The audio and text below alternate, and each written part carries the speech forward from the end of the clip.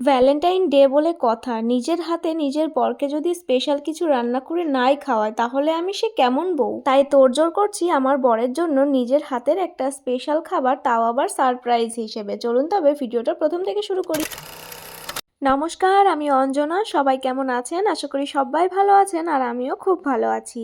অনেক দিন আপনাদেরকে এই পরিবেশটা দেখাই না, বাড়ি থেকে পাহাড় দেখা, তারপর আরো অনেক কিছু আস্তে আস্তে করে আপনাদের সাথে সবটাই শেয়ার করব। দিনটা ছিল ভ্যালেন্টাইন ডের দিন। এটা তো ভালোবাসার দিন, তাই না? তবে আমার কাছে কি সেটা আমি জানি না, কারণ এখনো অবধি কোনোদিনও এই দিনটাতে কেউ আমাকে স্পেশাল ফিল করায়নি আর উইশ তো করেইনি। তবে আমি তার জন্য করব। আসলে কি বলুন তো, বিয়ে হয়ে গেলে হয়তো এইসব কিছু করার সময় থাকে না, বা সময় থাকলেও কারণ মন মানসিকতা থাকে না। অনেক কিছুই তো বলে ফেললাম, তার মধ্যে বলি একটা তুলসী গাছ আমি লাগিয়ে ফেললাম একটা বালতিতে। বালতিটা না কেনা হয়েছিল পুজোর কাজের জন্য, মানে পুজোর জল তোলার জন্য। তবে এইবার কলকাতা থেকে এসে দেখি বালতিটা থেকে ফুটো হয়ে জল বেরিয়ে যাচ্ছে, তাই ভাবলাম বালতিটা ফেলে দেব। এর থেকে ভালো তার মধ্যে একটা তুলসী গাছ লাগিয়ে দিই, দেখতেও সুন্দর লাগবে আর বালতিটাও ফেলা যাবে না। যদি কখনো রোদও পড়ে তাহলে বালতিটা ধরে জায়গা পরিবর্তন করা যাবে। চলুন আজকে আমি একটা জিনিস আপনাদের সাথে শেয়ার করব, বলতে পারেন একটা রেসিপি। বললামই তো আজকের দিনটা ছিল ভ্যালেন্টাইন ডে। আমার বর যতই বা আমার জন্য কিছু না করুক, তবে আমি তো তাকে স্পেশাল ফিল করাতেই পারি, তাই না? তাই ভাবলাম আমার হাতের স্পেশাল মোমো আমার বরকেই না করে খাওয়ানো যাক। তাই কিন্তু আমার বরকে দিয়ে সমস্ত ইনগ্রিডিয়েন্টস আমি আনিয়ে নিয়েছি বাজার থেকে। না না, এটা কোনো সারপ্রাইজ না, ওকে দিয়ে আনিয়েছি, নিশ্চয়ই সারপ্রাইজ আর হবে না। ও জানে যে আমি ওর জন্য মোমো তৈরি করব। তো ওইখানে সমস্ত রকম পেঁয়াজ রসুন কেটে রেখেছি, আর চিকেনের পুরের মধ্যে গাজর, ক্যাপসিকাম আর বাঁধাকপি লাগবে, সেটাও আমি গ্রেট করে নিয়েছি।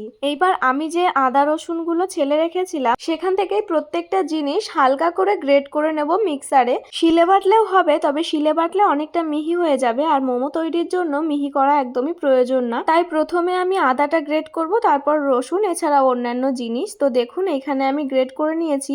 এখানে আদা আর রসুনটা ঠিক যেইভাবে গ্রেট করা হয়েছে, পেঁয়াজ ক্যাপসিকাম এই দুটো জিনিসও কিন্তু ঠিক এইভাবেই গ্রেট করতে হতো, তবে পরিমাণটা বেশি হয়ে গেছিল, মানে মিক্সার ঘোরানোটা, তাই এইগুলো একটু মিহি পেস্ট হয়ে গেছে। যাই হোক, এটা দিয়েই করে ফেলবো। তবে মোমোর জন্য কিন্তু পেস্ট করতে হবে ওই আদা রসুন ঠিক যেইভাবে করেছি ওই রকম, মানে একটু দানা দানা থাকবে। এদিকে চিকেন কিমাও করে নিয়েছি আর গোলমরিচও গুঁড়ো করে নিয়েছি।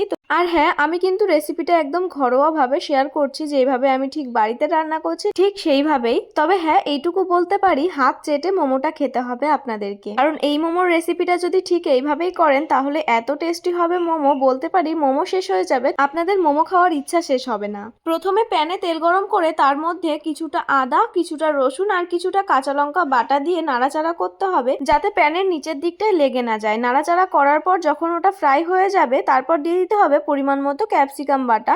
আর আমি কিন্তু স্যুপের জন্য পরিমাণ মতো জিনিস আমি রেখে দিয়েছি। ক্যাপসিকামটা না মিহি মিহি বাটতে হবে না, সরু সরু করে কাটলেও হবে বা গ্রেট করে নিলেও হবে। ওই যে বললাম আমি মিক্সিতে দিয়ে দিয়েছি, যে কারণে বেশি মিহি পেস্ট হয়ে গেছে। এদিকে আমি অন্য কড়াইতে তেল গরম করে নিয়েছি, দিয়ে দিলাম তার মধ্যে একটুখানি গোলমরিচের গুঁড়ো। এইবার এটার মধ্যে দিয়ে দেবো চিকেনের কিমাটা।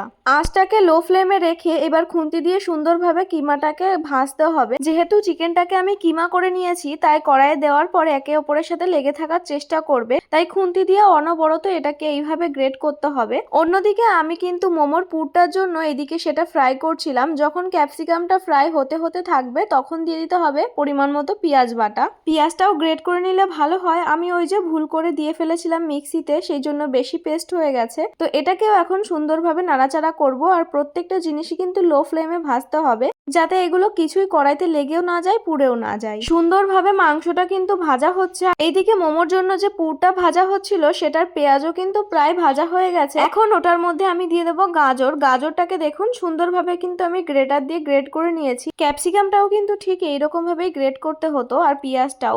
তবে আমি ওই যে মিক্সিতে দিয়ে ফেলেছি, বারবারই তো বললাম।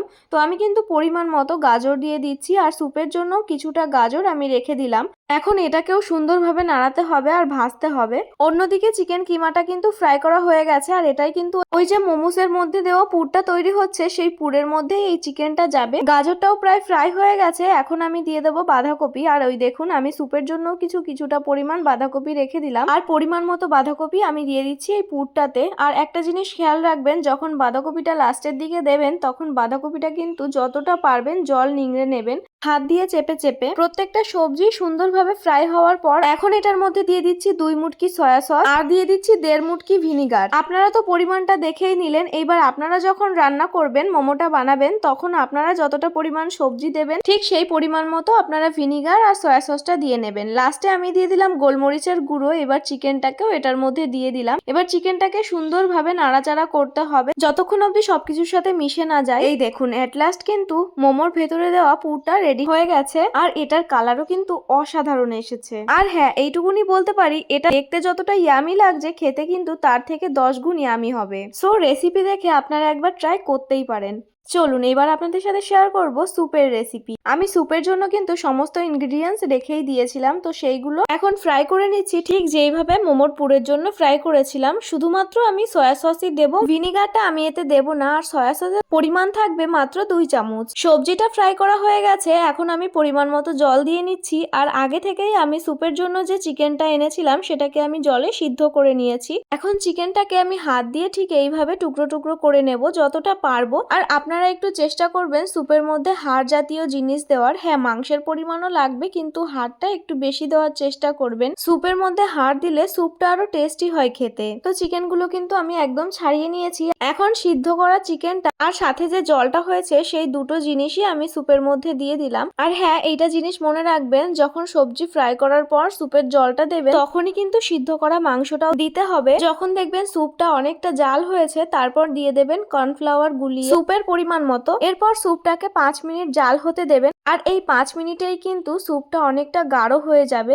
যখন দেখবেন স্যুপটা গাঢ় হয়ে যাচ্ছে, মানে স্যুপটা প্রায় রেডি, তখন একটা বা দুটো ডিম ফেটিয়ে এটার মধ্যে দিয়ে দেবেন আর সমানে নাড়াচাড়া করতে থাকবেন। ডিমের পরিমাণটা আপনার স্যুপ অনুযায়ী দেবেন।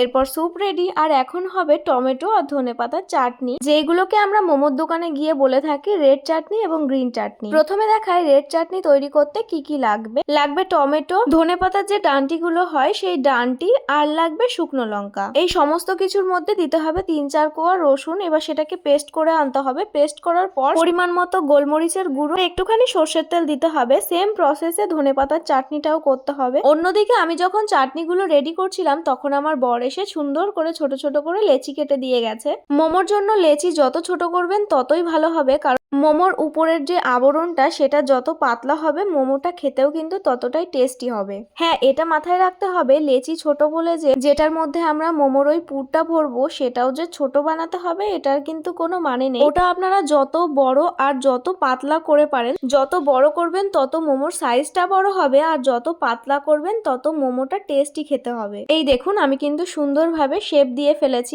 আর সবগুলোই কিন্তু আমার নিজের হাত দিয়ে একা একাই বানিয়েছি। এখন যেহেতু আমাদের এই বাড়িতে মোমো বানানোর স্টিমটা নেই, সেই কারণে আমি এই হাঁড়িগুলোতেই বাড়িতে যেসব জিনিস আছে সেইগুলো দিয়েই ভাপাচ্ছি। ঠিক আমরা যেভাবে পুলি পিঠে ভাপাই ঠিক সেই রকম ভাবে। আর এইদিকে কিন্তু অনেকগুলো আমি মোমোস বানিয়েও নিয়েছি। ওই মোমোগুলো ভাপানো হয়ে গেলে এগুলোও ভাপাবো। আর অনেকটা পুরো রয়েছে যেটা আমি কালকে সকালে আবার আমার বরকে বানিয়ে খাওয়াবো। আমি আর আমার বর দুজনেই কিন্তু মোমোস খেতে খুব ভালোবাসি। স্যুপটা তো দেখে বুঝতেই পারছেন ঠিক কতটা টেস্টি হয়েছে।